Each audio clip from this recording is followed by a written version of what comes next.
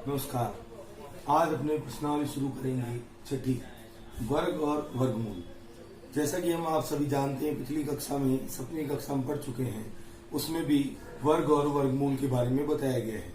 अब इस कक्षा में थोड़ा सा विस्तार से बताया गया है, जिसे देखने और समझने का प्रयास करेंगे। वर्ग और वर्गमूल दो अलग अलग चीजें हैं, लेकिन एक दूसरे के पूरक की तरह ही है। प्रश्न क्रमांक देखिए, निम्नलिखित संख्याओं के वर्गों में इकाई के अंक क्या होंगे। यहाँ पर जो संख्या दी गई है उसको ध्यानपूर्वक देखिए। संख्या लिखी हुई है 81। 81 में इकाई का अंक दिया हुआ है 1। किसी भी संख्या के वर्ग के अंदर हमको इकाई का अंक बताना हो तो हम जो दी गई संख्या है उसके इकाई के अंक का वर्ग करके देखेंगे। तो यहाँ पर जो हमारी संख्या दी गई है 81 का इकाई का अंक है 1। 1 का यदि हम वर्ग करेंगे तो 1 का वर्ग आएगा 1 इंटू 1 बराबर 1। यानी इकाई का अंक 1 है तो इसके वर्ग में भी इकाई का अंक क्या आएगा, 1 आएगा। तो अगर हम 81 का वर्ग करेंगे यानी 81 को 81 से गुणा करेंगे तो भी उसके वर्ग में इकाई का अंक क्या आएगा, 1 आएगा। इस प्रकार से हम किसी भी प्रकार कोई भी संख्या दी गई हो उसके हम वर्ग में इकाई का अंक बता सकते हैं। प्रश्न क्रमांक 2 ध्यानपूर्वक देखेंगे। निम्नलिखित संख्याएं स्पष्ट रूप से वर्ग संख्याएं नहीं है, इसका कारण दीजिए। जो संख्याएं दी गई है सिर्फ उनको देख करके ये बताना हो तो भी हम बता सकते हैं कि ये संख्याएं स्पष्ट रूप से वर्ग संख्याएं नहीं है, क्योंकि किसी भी बच्चों पूर्ण वर्ग संख्या में जो भी हमें संख्या दी गई है उसकी पूर्ण वर्ग संख्या में सदैव इकाई के अंक में 1, 3, 1, 4, 5, 6, 0 इस प्रकार के आएंगे। यदि किसी संख्या में इकाई का अंक 2, 3, 7 या 8 आता है तो ऐसी संख्या पूर्ण वर्ग संख्या नहीं है।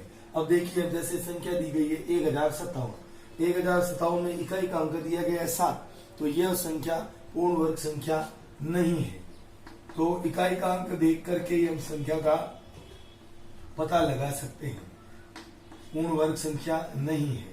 किसी भी संख्या में यदि इकाई का अंक 2, 3, 7 या 8 इनमें से कोई भी एक हो तो वह संख्या कभी भी पूर्ण वर्ग संख्या नहीं होगी। ऐसे ही यहाँ पर एक अपवाद है कि जहां पर संख्या में इकाई का अंक 0 दिया गया हो, तो जो 0 है, अगर किसी संख्या में इकाई का अंक 0 है, अगर वह संख्या 2 या 2 के गुणज के रूप में उसमें शून्य दिए गए हैं, यानी उसके पीछे संख्या के अंत में 2 शून्य है, या 2 के गुणज जैसे कि 4, 6, 8 यानी 2 शून्य हो या 4 हो या 6 हो 8 हो, इस प्रकार से अगर संख्या के पीछे शून्य है तब तो वह एक पूर्ण वर्ग संख्या हो सकती है। और यदि किसी की संख्या के इकाई के अंक से अपन गिनती करेंगे, देखेंगे, और उनमें शून्य जो है उनकी संख्या अगर सम के गुणज के रूप में न हो के 2 के गुणज के रूप में अगर विषम रूप में हो तो वह पूर्ण वर्ग संख्या नहीं है। अभी यहाँ पर देखिए आप 64,000 लिखा हुआ है, इसमें इकाई का अंक 0, 0, 0 3 बार इकाई के अंक से देखेंगे तो शून्य 3 बार आ रहा है। यदि 3 की बजाय 2 बार आता तो यह पूर्ण वर्ग संख्या होती, परंतु यहाँ पर 3 बार आ रहा है, अतः यह भी एक पूर्ण वर्ग संख्या नहीं है। पूर्ण वर्ग संख्या नहीं है। सामान्य रूप से हमें याद रखने के लिए इस प्रश्न में हमेशा यही याद रखना है कि किसी भी संख्या में यदि इकाई का अंक 2, 3, 7 या 8 इनमें से कोई एक अंक हो तो वह पूर्ण वर्ग संख्या नहीं है। संख्या देख करके हम उत्तर दे सकते हैं। और शून्य के अंदर हम ध्यान रखेंगे 2 या 2 के गुणज के रूप में अगर शून्य की संख्या है, यानी 2, 4, 6, 8 इस प्रकार से शून्य आए हैं तो वह पूर्ण वर्ग संख्या है। और यदि 3, 6, 9 इस प्रकार से शून्य दिए गए हों तो वह पूर्ण वर्ग संख्या नहीं है। प्रश्न क्रमांक 3 निम्न संख्याओं में किस संख्या का वर्ग विषम संख्या होगा। किसी भी संख्या को हम देखेंगे, उस संख्या के इकाई के अंक को देखेंगे ध्यानपूर्वक, तो यदि इकाई का अंक विषम दिया गया है तो उस संख्या का वर्ग सदैव विषम होगा, और यदि इकाई का अंक सम दिया गया है तो उसका वर्ग सदैव सम होगा। यहाँ पर संख्या को देखिए अपन, तो इसमें इकाई का अंक दिया हुआ है 1 का हम वर्ग करेंगे तो 1 इंटू 1 बराबर 1 आएगा। यहाँ पर दिया गया हमारे 6 इकाई का अंक, तो 6 का वर्ग करेंगे तो 6 इंटू 6 बराबर 36, यानी इकाई का अंक क्या आ रहा है 6। तो जिस संख्या में इकाई का अंक विषम संख्या है तो उसके वर्ग में सदैव उत्तर जो है वो विषम संख्या आएगी। और यदि किसी संख्या में इकाई का अंक जो है वो सम है तो उस संख्या का हम वर्ग करेंगे तो उसका उत्तर सदैव ही सम रूप में आएगा। तो अभी हमें प्रश्न के अनुसार निम्न संख्याओं में किस संख्या का वर्ग विषम होगा। तो हमें जो 4 प्रश्न दिए गए हैं उनमें जिस संख्या में इकाई का अंक विषम है उसे हम विषम बताएंगे, और जिसमें इकाई का अंक सम है उसे हम सम बताएंगे। विषम बताना है तो खाली विषम बता के छोड़ देंगे। प्रश्न क्रमांक 4, निम्न प्रतिरूप। यहाँ पर हमें प्रश्न दिया गया है जिसमें हमें गणित की संख्याएं हैं जिनको प्रतिरूप यानी आगे से आगे उसको देखते रहना है। देख करके हमारे को जो पूर्व में बताई गई है संख्याएं दिखाई गई है उस संख्याओं के अनुसार हमें उत्तर निकालना है। तो यहाँ पर हम देखेंगे प्रतिरूप जो दिया गया है उसमें कहा गया है इसका अवलोकन कीजिए यानी देखिए और फिर उसके बाद रिक्त स्थान भरिए। तो जो क्रम दिया गया है उसी क्रम में हमको इसको आगे बढ़ाना है। ध्यान पूर्वक देखिए, पहली संख्या लिखी गई है 11 का वर्ग बराबर 121। सभी वर्ग संख्याएं जो छोटे रूप में जानते हैं पता है। आगे देखिए 101, इसका वर्ग हम नहीं जानते परंतु अभी जो प्रतिरूप लिखा गया उसके अनुसार देखिए 101 यानी 1 और 1 के बीच में एक 0 आ गया। तो यहाँ पर जो संख्या लिखी हुई है 121 उसके भी बीच में यहाँ पर देखिए 0 1 2 के पहले आ गया, 1 2 के बाद आ गया। इसी प्रकार अगले नंबर पे अपने को संख्या दे दी जिसमें 2 0 आ गए यानी 11 के बीच में 2 0 दे दिए, संख्या बन गई 1001। इसका वर्ग किया तो यहाँ पर जो हमारे 1 2 और 1 ये 3 अंक लिखे हुए हैं उनके अनुसार हमने इसके बीच में 2 2 0 लगा दिए। अब अगले क्रम में देखिए हमें रिक्त स्थान दे दिया है। हमें यहाँ पर ध्यान पूर्वक देखना है कि यहाँ 1 और 1 के वर्ग के बीच में यहाँ पर देखिए संख्या के वर्ग में बीच में शून्य कितने हैं, इसमें शून्य दिए गए 4 और यहाँ पर 1 और 2 और 1 इनको भी रिक्त स्थान दे करके छोड़ा गया है। तो हम यहाँ पर क्या करेंगे, इसी प्रतिरूप को देखते हुए यहाँ पर 4 0 लगा देंगे। तो ये इसका अगला क्रम हो गया। इसी प्रकार अगले नंबर पे यहाँ पूरा खाली दे दिया, 1 2 1 भी नहीं दिखाया, परंतु अपने जो पूर्व में क्रम दिया गया है उसी क्रम को देखते हुए हमें प्रतिरूप देखने के लिए कहा है। इसको देखेंगे तो अपन 1 और 1 इसके बीच में 6 शून्य दिए गए हैं। तो जो 6 शून्य दिए गए हैं तो जो 1 2 1 यानी 121 के क्रम से हमने जो शुरू किया है, यहाँ 1 0 तो बीच में 1 0, यहाँ 2 0 तो यहाँ बीच में 2 2 0, यहाँ 4 0 तो बीच में 4 4 0। तो यहाँ पर हम क्या करेंगे, 1 2 और 1 के बीच में 6 6 0 लगा देंगे। तो 1 इसके बीच में 1 2 3 4 5 6, फिर 2 1 2 3 4 5 6, फिर 1, यानी जो क्रम दिया गया है संख्याएं दी गई है उसी क्रम में हमने उस संख्याओं को आगे बढ़ाया है। इसे कहते हैं प्रतिरूप देख करके संख्याओं को आगे बढ़ाना। प्रश्न क्रमांक 6, दिए गए प्रतिरूप का उपयोग करते हुए लुप्त संख्याओं को प्राप्त कीजिए। हमें एक टेबल की तरह दिया गया है, एक क्रम से दिया गया है संख्याओं को, उन्हें देख करके हमें उसके जो क्रम दिया गया उसको देखते हुए आगे की जो खाली स्थान दिए गए उनको भरना है। पहले में देखिए ध्यान से, 1 का वर्ग प्लस 2 का वर्ग प्लस 2 का वर्ग बराबर 3 का वर्ग, यानी अगर हम 1 का वर्ग करें तो 1 का वर्ग होता है 1, 2 का वर्ग करें 2 दूनी 4, तो 4 और 1 5, और फिर 2 का वर्ग करें 2 दूनी 4, तो 4 4 और ये आ गया 1, तो 4 4 8 और 1 9 बराबर 3 का वर्ग। यानी जो क्रम दिया गया है उस क्रम से हम देखेंगे तो इन तीनों ही संख्याओं के वर्गों को हम प्लस करके देखेंगे तो बराबर में जो संख्या लिखी है उस संख्या के वर्ग के बराबर आएगी। इसी क्रम को देखते हुए अपने को पूरा करना है। इसी प्रकार देखिए दूसरा, 2 का वर्ग 3 का वर्ग प्लस 6 का वर्ग, और इसमें क्रम क्या है कि 1 का गुणा 2 से तो बराबर क्या आ रहा है 2। इसी प्रकार यहाँ क्या दिया हुआ है, 2 का गुणा 3 से तो यहाँ पर आ रहा है 6। यहाँ पर दिया 3 का 4 तो 3 चौके 12। इसी प्रकार 4 और 5 चारों बन गए तो यहाँ पर रिक्त स्थान में क्या आ जाएगा 20।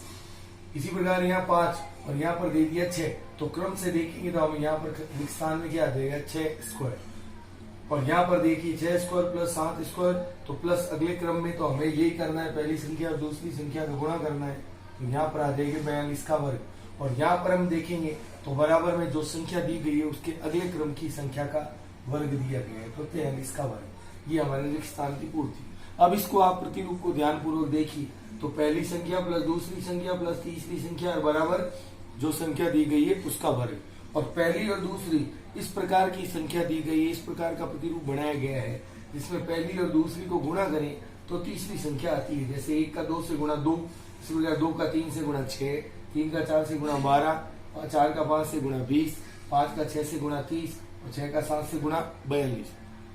और वर्ग करके हम देखेंगे, गुणा करके देखेंगे, रफ कार्य करेंगे तो हमें यही संख्या है इसी प्रकार से प्राप्त होगी। अगर हम वर्ग करके देखना चाहें तो बाएं पक्ष की संख्याओं का वर्ग और बराबर दाएं पक्ष की संख्या का वर्ग, ये हमें उत्तर प्राप्त होगा।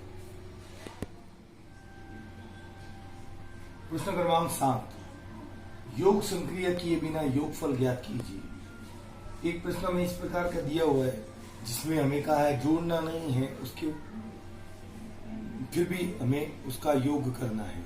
इसके लिए हम देखेंगे तो संख्याओं में एक पैटर्न दिया गया है और वो पैटर्न क्या है कि जो संख्याएं हैं वो क्रमशः विषम लिखी हुई है। क्रम से देखिए 1, 3, 5, 7, 9, 11, 13, 15, 17, 19, 21 और 23। तो इस प्रकार से यदि हमको क्रमशः विषम संख्याएं दी गई है और उसका हमें योग करना है तो उसे हमें जोड़ने की आवश्यकता नहीं है। हम उन दी गई संख्याओं की गिनती कर लेंगे कि वे संख्याएं गिनती में कितनी है। तो आप देखिए 1, 2, 3, 4, 5, 6, 7, 8, 9, 10, 11 और 12। इसकी गिनती हम करेंगे तो क्रमशः विषम संख्याएं हमारे 12 लिखी हुई है। तो जो क्रमशः विषम संख्याएं लिखी हुई है इनकी गिनती 12 आती है और उस 12 का हम यदि वर्ग करेंगे तो 12 इंटू 12 बराबर 144। तो इन संख्याओं को बच्चों अगर आप जोड़ के देखोगे तो उनका योग क्या आएगा 144। यानी किसी भी संख्या को जो क्रमशः अपने को विषम संख्याएं के रूप में अगर दी गई है तो इस पैटर्न को देखते हुए अगर क्रमशः विषम संख्याएं दी गई है तो सर्वप्रथम हमें उनके अंकों की या संख्याओं की गिनती करनी है। वो गिनती में कितनी है और गिनती में जितनी आती है उसका वर्ग करेंगे तो वो हमारे दी गई संख्याओं के योग के रूप में उत्तर प्राप्त हो जाएगा। जैसे अभी हमारी संख्या गिनती करके मैंने आपको बताई कुल 12 दी गई है तो 12 का वर्ग करेंगे तो 12 12 144। इसी प्रकार हम किसी का भी उत्तर निकाल सकते हैं। इसी का अगला प्रश्न ध्यान पूर्वक देखिए, इसी का पूरक है, एक दूसरे के समान ही प्रश्न है, थोड़ा सा बदल दिया है। इस प्रश्न में यानी प्रश्न क्रमांक 7 में हमें दिया गया है योग संक्रिया किए बिना योगफल ज्ञात कीजिए और इस प्रश्न में हमें दे दिया कि 121 को 11 विषम संख्याओं के योग के रूप में लिखिए, व्यक्त कीजिए। तो यहाँ पर तो हमें जो है वो क्रमशः विषम संख्याएं दी गई थी और उसे हमें योग के रूप में बताना था और यहाँ पर हमें संख्या दी गई है और उन्हें क्रमशः विषम संख्याओं के रूप में योग के रूप में लिखना है। तो जैसे ऊपर क्रमशः विषम संख्याएं लिखी गई है वैसे ही हम लिख देंगे। अब यहाँ पर वैसे दिया गया है 121 को 11 विषम संख्या और वैसे भी जैसे हमने यहाँ पर वर्ग किया है और यहाँ पर अगर हम वर्गमूल करके देखें अगर तो यहाँ पर अगर यदि हमें 11 नहीं भी दिया हुआ हो तो 121 का वर्गमूल आएगा 11। तो 11 संख्याएं क्रमशः हम लिखेंगे तो वो 121 की विषम संख्याएं क्रमशः योग के रूप में होगी। तो हम 11 विषम संख्याओं के योग के रूप में लिखेंगे तो देखिए 1 + 3 + 5 + 7 + 9 + 11 + 13 + 15 + 17 + 19 + 21। अब ध्यान पूर्वक देखिए 1 2 3 4 5 6 7 8 9 10 11। इन संख्याओं की आप गिनती करोगे तो ये 11 होंगी और ये 11 क्रमशः विषम संख्या के रूप में विषम संख्या के योग के रूप में लिखी हुई है और यहाँ पर आप 121 है। अब यहाँ टोटल करके आप देख लीजिए तो इसका योग 121 आएगा। इसे हमने क्रमशः विषम संख्याओं के योग के रूप में लिख दिया। तो प्रश्न क्रमांक 7 और प्रश्न क्रमांक 8, यदि आपको 7 समझ में आ गया तो आपको 8 भी आ गया, 8 आ गया तो आपको 7 भी आ गया। दोनों एक दूसरे के पूरक है। यहाँ क्रमशः विषम संख्याएं दी गई है और हमको संख्या बतानी है और यहाँ पर हमें संख्या दी गई है और क्रमशः विषम संख्याओं के योग के रूप में लिख करके बताना है। प्रश्न क्रमांक 9, निम्न संख्याओं के वर्ग के बीच में कितनी संख्याएं हैं। हमें 2 संख्याएं दी गई है और उन दोनों संख्याओं के वर्ग के बीच एक तो संख्या सीधी लिखी हुई है और उसके बीच में बताना और एक वर्ग के रूप में बताना। इससे 2 पैटर्न हो सकते हैं, देखना चाहें तो आप समझना चाहें तो 12 और 13 के वर्ग में। तो सबसे पहले तो आप जैसे आप मान लीजिए पहली संख्या n, तो यहाँ पर 2n एक छोटा सूत्र लिख दीजिए। 2 और n का मतलब जो पहले नंबर पे संख्या दी गई है 12, तो 12 दूनी 24। यानी इन दोनों ही संख्याओं के वर्गों के अगर बीच में आप देखेंगे तो 24 संख्याएं आएगी कुल। एक पैटर्न तो ये है सीधा और सरल। एक पैटर्न इसका बच्चों एक और भी हो सकता है कि हमें वर्गों के बीच में क्या है तो 12 का वर्ग और 13 का वर्ग। यदि हम दोनों संख्याओं का वर्ग करेंगे तो 12 का वर्ग आएगा 12 12 144 और 13 का वर्ग आएगा 169। अब इन दोनों का अंतर करेंगे तो 169 में से 144 घटाएंगे तो 9 में 4 गया 5, 6 में 4 गया 2, 25 और फिर जो संख्या हमारे आती है अंतर करने पर उसमें से एक और घटा देखेंगे तो उसे हम दोनों के वर्गों के बीच में संख्या प्राप्त हो जाएगी। तो ये भी पैटर्न हो सकता है, इस पैटर्न से भी आप निकाल सकते हो। सरलता से देखना चाहें तो ये तरीका आसान है। किन्हीं भी दो संख्याओं के वर्गों के बीच में संख्याओं को बताना हो तो पहली संख्या को 2 से गुणा कर लो तो उनके बीच में वर्ग संख्याओं के बीच में कितनी संख्याएं हैं ये आपको पता चल जाएगी। धन्यवाद।